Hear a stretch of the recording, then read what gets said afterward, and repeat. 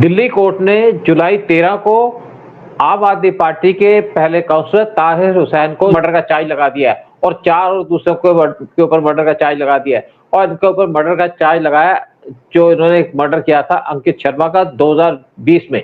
दिल्ली में यहाँ पे वायलेंस हुई थी, वो की थी आम आदमी पार्टी के कुछ लोगों ने, स्पेशली मुस्लिमों ने की थी और ताहिर हुसैन के घर पे पत्थर जमा कर दिए थे, वहां पे ईंटें जमा कर दी थी, फिर गुलेल से पत्थर मारे जाते थे। यहाँ पे 51 लोगों की डेथ हो गई थी या 53 लोगों की डेथ हो गई थी और आज 6 साल के बाद कोर्ट ने इनको कन्विक्ट कर दिया है और इनके ऊपर लगा दिया चार्ज मर्डर का।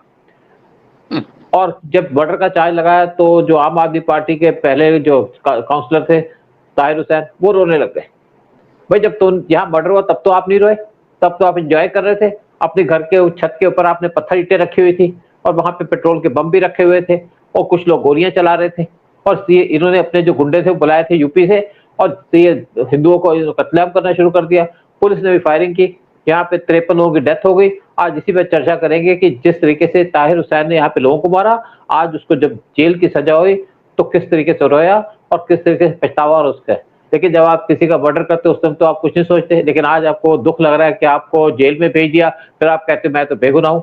उदय शंकर पानी जी, इसके ऊपर क्या कहेंगे आप? जो ये इनका जो आम आदमी पार्टी का काउंसलर था जिसको आम आदमी पार्टी ने निकाल भी दिया था, इस पे आप क्या कहेंगे? इन्होंने आपको देखा होगा उस टाइम पे दिल्ली में कैसे राइटिंग की गई, कैसे लोगों को मारा गया।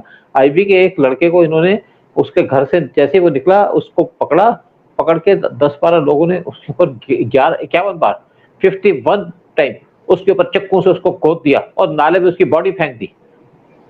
आप कहिए, फिर मैं आपको बताता हूँ क्या हुआ इसके अंदर। सर, ये जिहादियों का सब कुछ है इनके पास दिमाग नहीं है। आप बताइए, आईबी के आदमी का आप मर्डर कर देते हैं तो आप छूट जाएंगे क्या? और उस गधे को ये नहीं पता लगा ताहिर हुसैन को कि उसको टोटल फिल्मिंग हुई है उसकी छत के ऊपर, उसके एसिड के बल्ब, फिर वो जो पेट्रोल पंप, हाँ वो कॉकटेल बॉम्ब सिगारा, दुनिया भर की चीजें रखी थी। तो इनके दिमाग में कुछ ऐसा गलत फहमी है कि हम तो भैया वॉरियर कम्युनिटी के हैं, हम तो लड़ाकू हैं, हम तो सिपाही लोग हैं, हम तो लड़ेंगे या मरेंगे। तो बेटा मरो। अब अभी है कि भैया आपने ये जो हरकतें की है, खाली वो आईबी के ऑफिसर का ही मर्डर ही नहीं, बाकी वो नीचे भीड़ पे जो जिस तरह से ये ऑर्गेनाइज कर रहा था, डायरेक्ट कर रहा था सबको, और बड़ा दादागिरी और लीडरगिरी कर रहा था of the party which has only produced कट्टर बेईमान और कट्टर झूठे। तो उन झूठों में से एक ये है। अब इसका काम देखिए, ये जिहादियों का एक चीज और भी इसमें बहुत अच्छे होते हैं, that is playing the victim card. जी मैं मुसलमान हूं इसलिए मेरे को ये भी कर रहे हैं। अब तुम्हारे एक एक उदय ये स्टेटमेंट तो कई लोगों ने दिया, कई मुसलमान ने दिया कि अगर ये मिश्रा होता है या कोई और होता है इसको जेल नहीं होती, इसको मर्डर का चार्ज लगता। देखो ये मैं आपको एक बात बता दूं कि ये जो सारा का सारा खेल खेला गया था केजरीवाल के द्वारा खेला गया था। केजरीवाल इसके अंदर रिस्पॉन्सिबल था, लेकिन केजरीवाल ने क्या किया, जैसे इसके ऊपर मर्डर का चार्ज लगा केजरीवाल ने इसको अपनी पार्टी से निकाल दिया। दिल्ली के दंगों के अंदर केजरीवाल का बहुत बड़ा हाथ था और यहाँ पे बेईमानी करने आया था। देखिए इसके ऊपर जो चार्ज लगा, इसका एक तो मर्डर का चार्ज लगा, किडनैपिंग का लगा, रॉयटिंग का लगा, डेडली वेपन्स रखने का लगा और लॉफुल असेंबली का लगा, साथ में एनिमिटी प्रमोट करने का लगा, साथ में आप दो ग्रुप्स को लड़ाने की बात थी और बहुत से दूसरे चार्जेस थे। लेकिन जो अंकित शर्मा का चार्ज था उसके ऊपर इसको टोटल तरीके से घेर लिया। अंकित शर्मा के फादर ने इनके खिलाफ केस किया था, एफआईआर की थी और इसके साथ 4 लोग और यहाँ पे पूरे तरीके से कोर्ट ने इनको कन्विक्ट कर दिया। एक है जावेद, एक है अनास, एक है नाजीम और एक है कासिम। और इसको काफी देर से जेल पे रखा था और इसने हाई कोर्ट से परमिशन भी मांगी थी, मुझे बेल दे दो, लेकिन कोर्ट ने परमिशन देने से मना कर दिया था।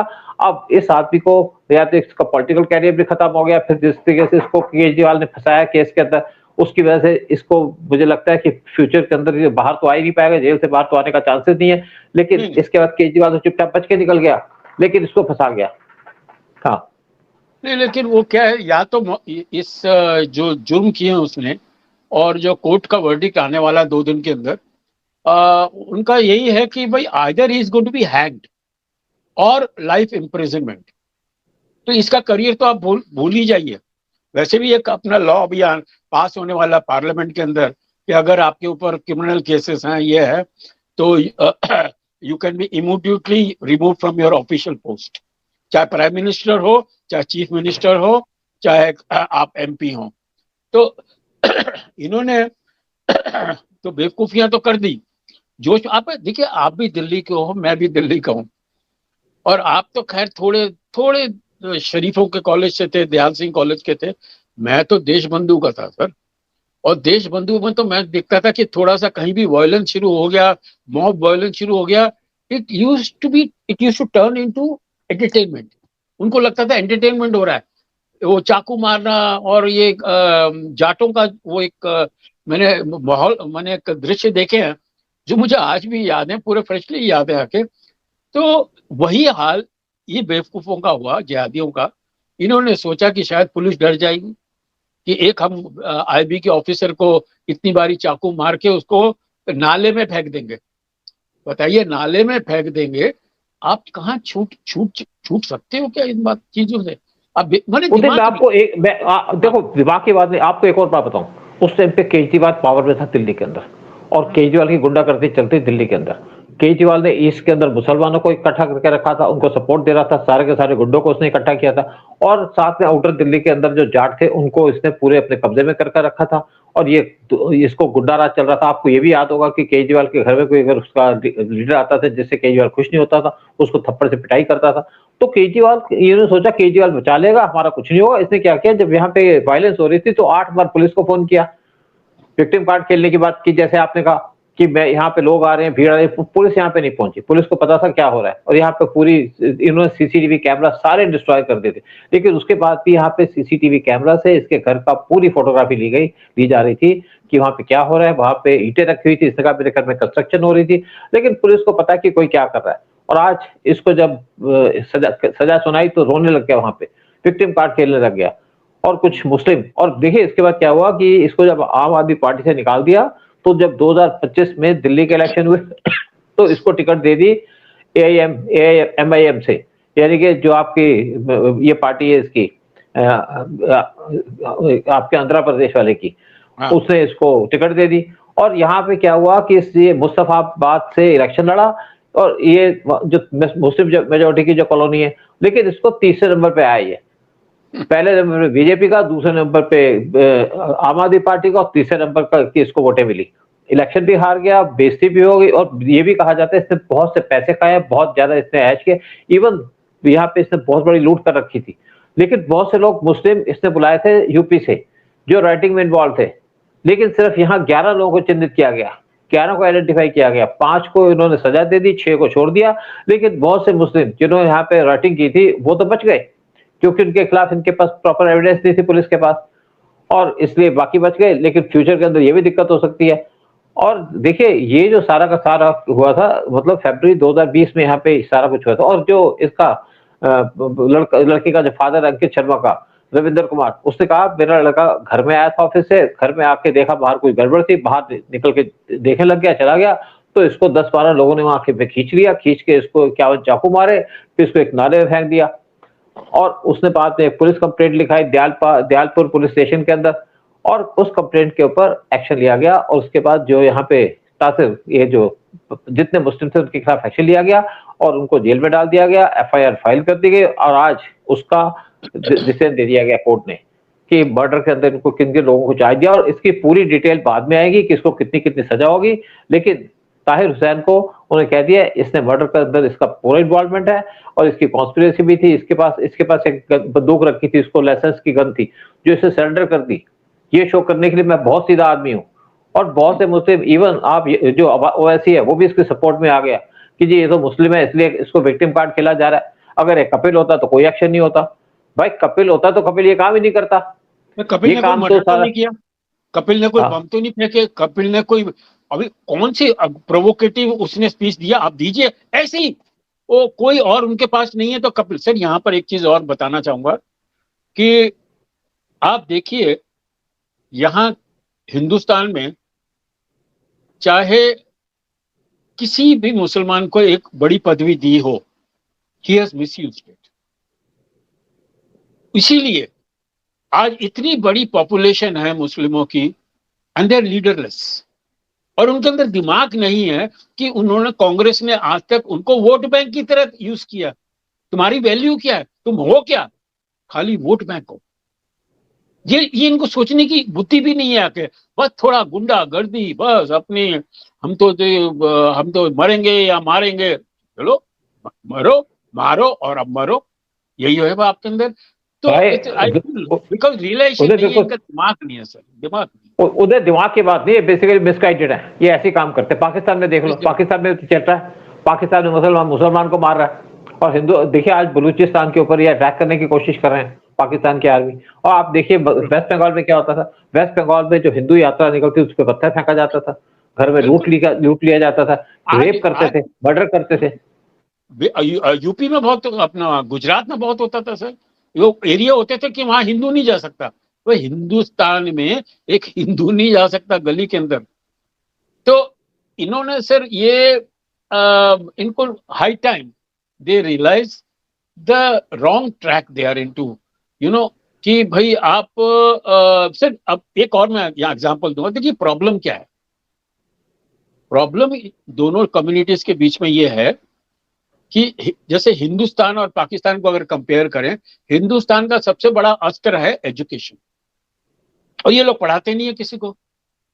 ये लोग अपने मदरसे में भेज दिया, मस्जिद में भेज दिया, और ये लोग आके यहाँ पर उल्टे सीधी बातें करते हैं। और इनका यह है कि दे बिलीव इन सुन्नी बातें, ना शिया सुन्नी बोलते हैं ना, तो ये सुनी हुई बातों पे ये बिलीव करना शुरू करता है। अरे हैव पेशेंस, थोड़ा तुम प्रूफ तो देखो भैया क्या हो रहा है। और आप ये नहीं भूल गए कि भैया एक आदमी को आपने मारा है तो उसकी फैमिली का एक पूरा वंश आपने उड़ा दिया। उन्हें बेसिकली इनके दिमाग में ये नहीं कि सिर्फ के फैमिली को मारा, इन्होंने इनके दिमाग में हमने हिंदुओं को मार दिया, हमने काफिर को मार दिया। आप पढ़े लिखों की बात करते हो, या डॉक्टरों ने मर्डर करने की कोशिश की थी, आप पढ़े लिखों का देख लो, जो आप डॉक्टरों का देख लो, हाँ तो ह्यूमन बम बन रहे थे सारे के सारे। इनका कुछ हो नहीं सकता। देखिए जो आप देखिए बहुत से मुसलमान जो इस टाइम पे इवन फ्रांस के अंदर है, फ्रांस के अंदर रह रहे हैं अफ्रीका से आकर के, वहां पे मैच में कोई उनकी मुस्लिम कंट्री हार जाती है तो तभी आर्ट राइटिंग कर देते हैं, जीतती है तो तोड़फोड़ कर देते हैं।